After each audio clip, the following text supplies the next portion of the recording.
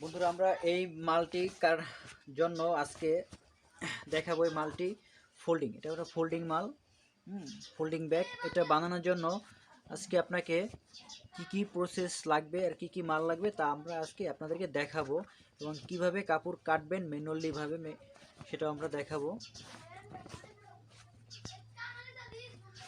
চলেন আমরা দেখি কিভাবে মালটা কাটবেন, টিস্যুটা।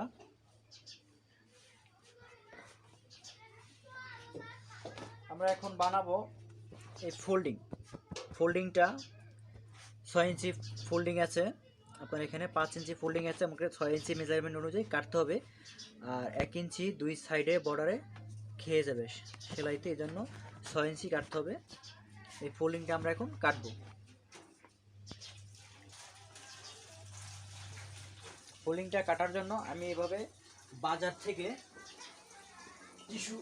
টিস্যু ব্যাগের গজ কাপড় নিয়ে এসেছি। গজ কাপড় নিয়ে এসেছি, এটাকে কাটবো আমি।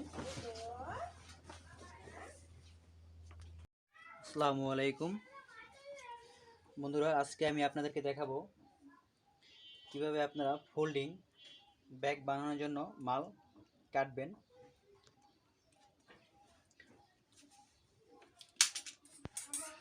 সর্বপ্রথমে টিস্যু ব্যাগের যে গজ কাপড় আছে, এই গজ কাপড়টা আপনারা সুন্দরভাবে মেজারমেন্ট অনুযায়ী ভাঁজ করবেন, ভাঁজ করে ফ্লোরে রাখবেন, অথবা যদি কারো কাটিং মেশিন থাকে তারা কাটিং মেশিন দিয়ে কাটতে পারেন। আমার কাটিং মেশিন নাই, আমি হাতে কাটবো এবং স্কেল দিয়ে এটাকে কাটবো, তাই স্কেল এবং কাটার নিয়েছি।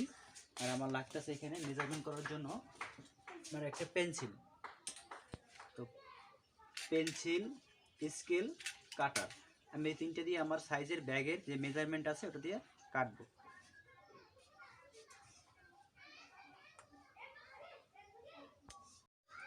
তো চলুন এবার দেখা যাক কিভাবে সাইজটা মেজারমেন্টটা করবেন আপনারা। আমি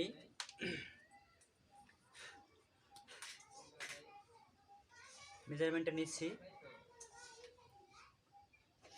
আমি এদিকে কাটবো আমার 13.5 করে কাটবো। মেজারমেন্ট ব্যাগের অরিজিনাল থাকবে 12, তো আমি 13.5 কাটছি। আপনার 1.5 ইঞ্চি থাকবে ফোল্ডিংয়ের যে বাস থাকে, বাসটা 13.5।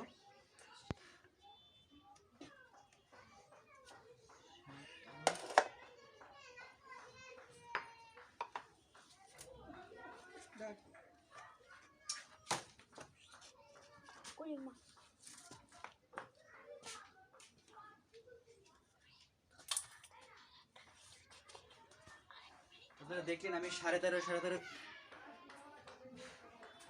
দেখেন আমি একটা সঠিক দাগ দিয়ে নিয়েছি যাতে ব্যাগটা সমান হয়, এই জন্য। তো আমি এদিকে নিয়েছি 13.5, এদিকে নেব 15।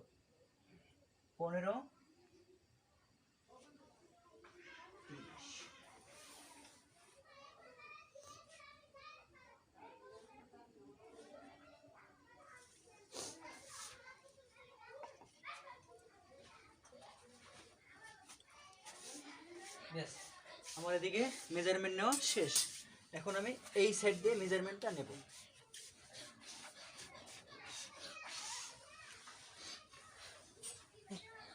এদিক দিয়ে নিয়েছি 15, এদিক দিয়েও সেম 15 নিতে হবে।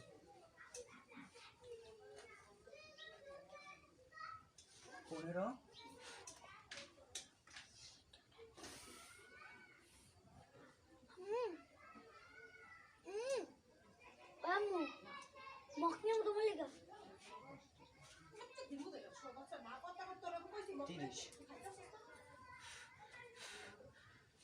পনেরো 30 নিয়েছি। এখন এদিকে আমরা নিয়েছিলাম 13.5। তো এইখান থেকে মিডল পয়েন্ট থেকে আমি আবার এখান থেকে 13.5 যেখানে নিয়েছি সেখানে দাগগুলো থাকবে আমার অবশ্যই। এই যে আমি এখান থেকে নিয়েছিলাম 15, আর এইখান থেকে এখানে 15। তো এই 15 এবং এই 15 আমার এই স্কেল বরাবর সমান করতে হবে। এই 15 সমান করেছি আমি, দেখেন। এবার এইখান থেকে দাগটা কেটে দেবো সমান হবে। এই 15 প্লাস এই 15,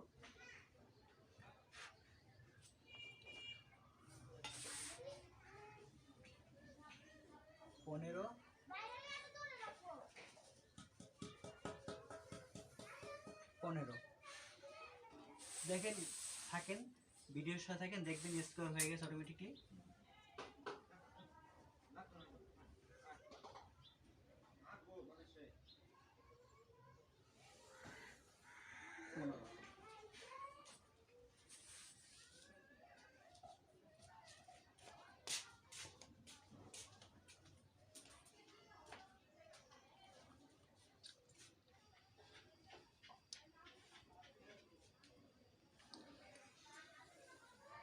পনেরো 30 হয়ে গেছে। তবে এদিক থেকে আমরা নিয়েছিলাম 13.5, এদিক থেকে নিয়েছিলাম 13.5 করে মেজারমেন্ট আমাদের। তো 13.5 মেজারমেন্ট এখানে এই 27।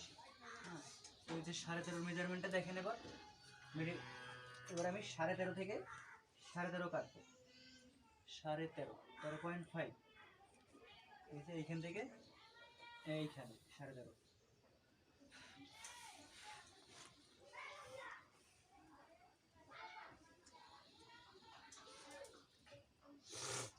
এই যে 13.5।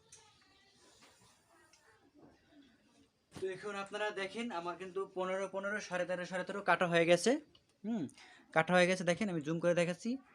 এদিকে নিয়েছিলাম 15 আর এদিক থেকে আছে আপনার 13.5। 13.5/15 নেওয়া হয় শেষ আমার ব্যাগের মেজারমেন্ট। তো এখন এইটা আমি কাটার দিয়ে কেটে নেব। এই মেজারমেন্ট অনুযায়ী আমি এটা কাটবো কাটার দিয়ে। এবার দেখেন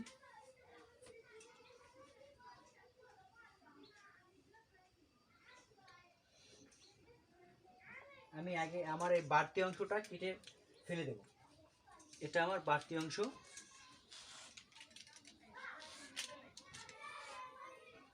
কাটার সময় খেয়াল রাখবেন যাতে আপনার স্কেলটা না লড়ে যায়, তাহলে আপনার মেজারমেন্টটা সরে যাবে।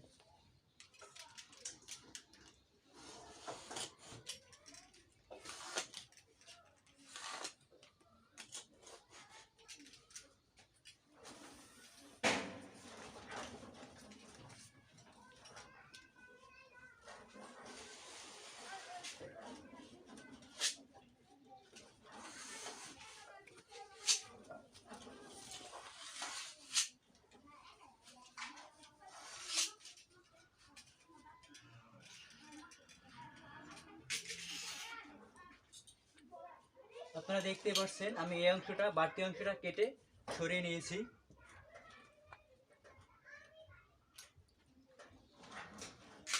সরিয়ে নেওয়ার পরে এবার আমি এগুলোকে কাটবো।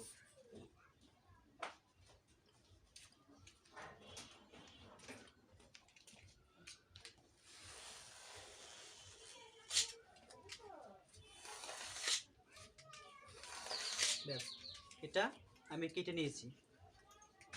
কেটে নেওয়ার পরে সেমভাবে এটাকে আপনি যেভাবে দাগ দিয়েছেন, যেভাবে আমি মেজারমেন্টটা করেছিলাম সেভাবে এটাকেও কাটতে হবে।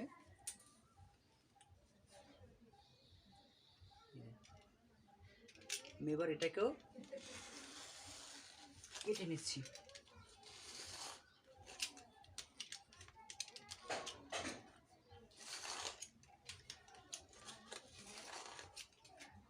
ব্যাস আমার কাটা হয়ে গেল, দেখতেই পাচ্ছেন আমার কাটা হয়ে গেল।